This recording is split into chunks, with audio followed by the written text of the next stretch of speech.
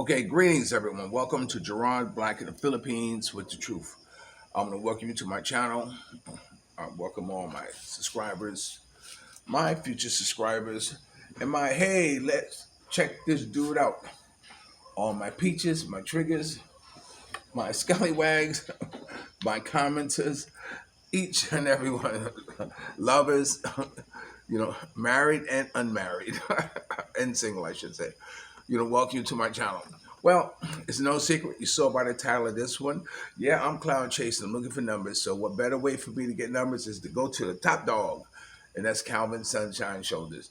I told you about a video back, so that I was going to do this, critique one of his videos, just out of GP because I can't. Oh, wait.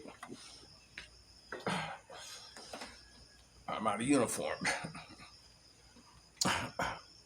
There you go. Because I can.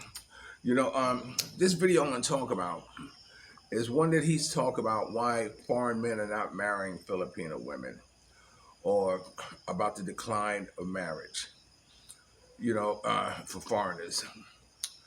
And let me say this off the top. Have I been married before? Yeah. You know,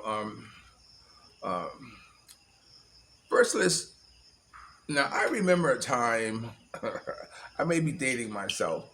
I remember a time when women were burning bras in Central Park for the independence.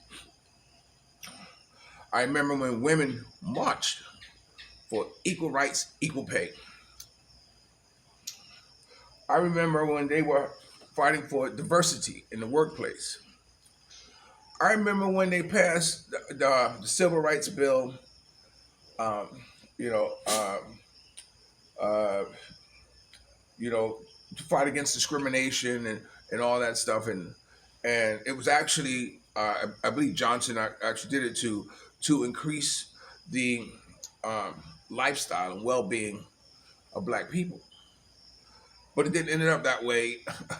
It was for minorities, and then of course women and other ethnic groups got on board and everything, and they benefit more than Blacks. But I digress. Most foreigners, I think, who come to the Philippines are coming here uh, already having been married. And let me say this up the top: if you're a young dude and you're coming to the Philippines, for the first time or what have you, uh, uh, you're crazy to come here with expectations of getting married. You're too young. You're not even retired. I mean, what do if you're independently wealthy, then so be it. But your expectation should not be to come here and marry a Filipina, or marry any woman for that matter. Live your life, boo. Live your life. You know. But if um, when I came into the, I didn't come here looking for wife, and uh, it just so happens that I know me personally. I've had some dynamite women. I had women that the people uh, uh, could not believe I was dating this girl. We had to go around and tell people that we were cousins because we were such a mismatch. So I'm an old player, from way back when. I mean, uh, is my game. I'll leave it at that. Those of you who are in the life know what I'm talking about. But I know how to handle women, you know. So coming to the Philippines for me, it wasn't. I didn't come here to get married, you know. And any foreigner who is saying that he's coming to get married on the expectation that he's going to find someone to be his equal, to find someone who's going to help him with his finances, who's going to help him with his, with his, his affairs back home, something like this. You're delusional. Luna, go. You're delusional. You know. It's not going to happen, you know.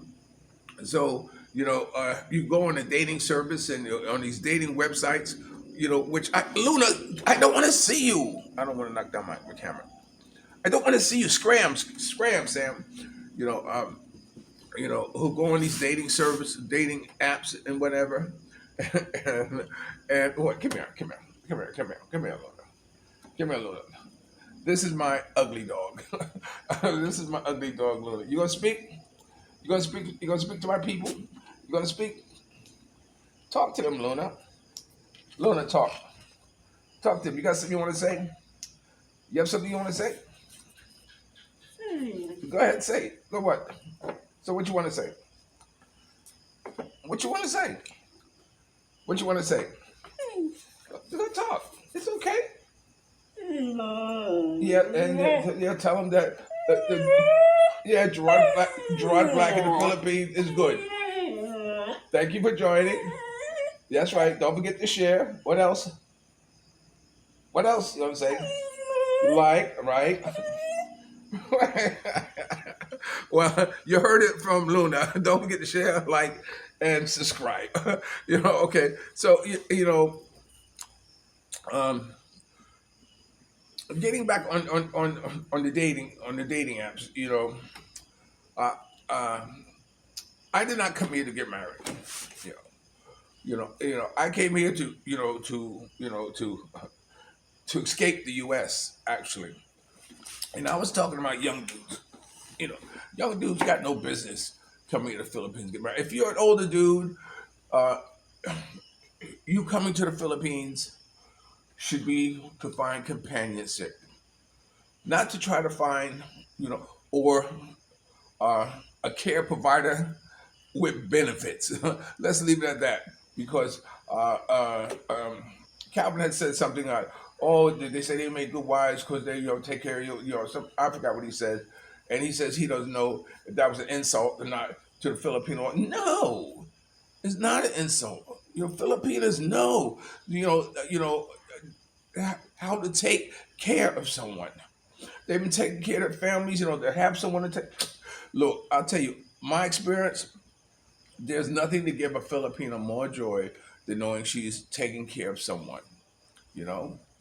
Uh, um, Now, if you're an old cat and you come here and you have it in your mind that you want to find someone to be your companion, see, that's what I did. See, I got all my doggish ways out when I came here to the Philippines. You know what I'm saying? And it came to a point in time in my life where I wanted to say, okay, I'm tired of playing the field. I'm tired. You know what I'm saying? I had girls coming, to my gate, honey, honey, and it was like, oh no, not again. Have I got the energy? Have I got the money? you know, and at some point in time, you get tired of that. Sometimes you want someone who you can trust. Sometimes you want someone to have around. You want someone to take care of you. You want someone to provide for you. It's all good as long as you got the basics down. When they say, do you love? Do you promise to love, share, or obey, or all that stuff like that? Do sickness and health?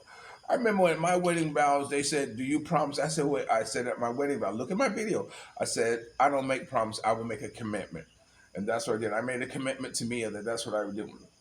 But I think when they tell the guy, do you honest? I mean, the woman, to take care of him, do sickness and health, for better, for worse, and never say no. I think that should be included in the wedding vows because you know what? That's your job. Your job is to never say no. I will take care of everything else.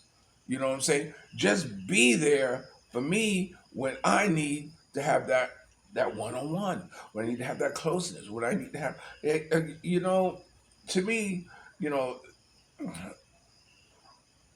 that's what a marriage is. You know, it's not a matter of give and take here in the Philippines because they got nothing to give.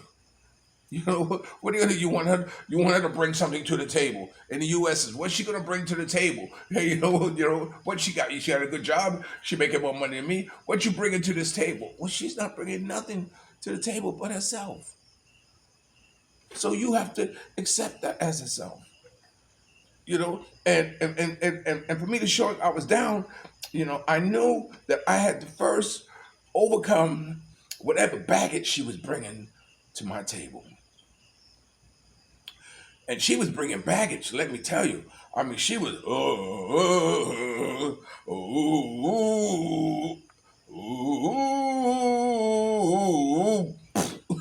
baggage, baggage from previous relationships. She was bringing baggage of relationship on how her sons were treated. She was bringing baggage to the relationship, about the dating apps and phone calls and finding, who's this girl's who's this girl's thing, this kind of crazy stuff. Now I know when I got with my wife, we started dating. I didn't stop seeing other girls.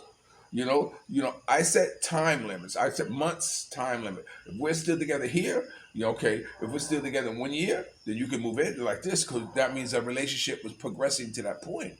You know, but during that time, who am I talking to on the phone? Who's that on the phone? Who's that? Because see, that's baggage she's bringing from another relationship. You know, you gotta excuse me. I'm in this morning draft. I told you about it. You have to remember that's baggage she's bringing from another relationship. That's baggage she's bringing from someone who was on the dating sites.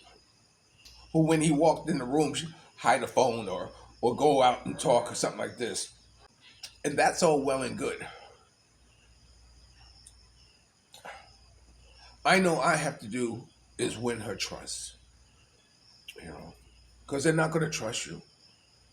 All this just happened because I walked from here to turn the light off when those slippers are. So,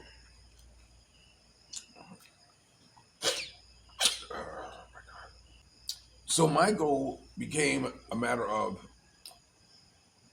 trust. If you would ask her to this point, you know, do you trust? Do you trust me?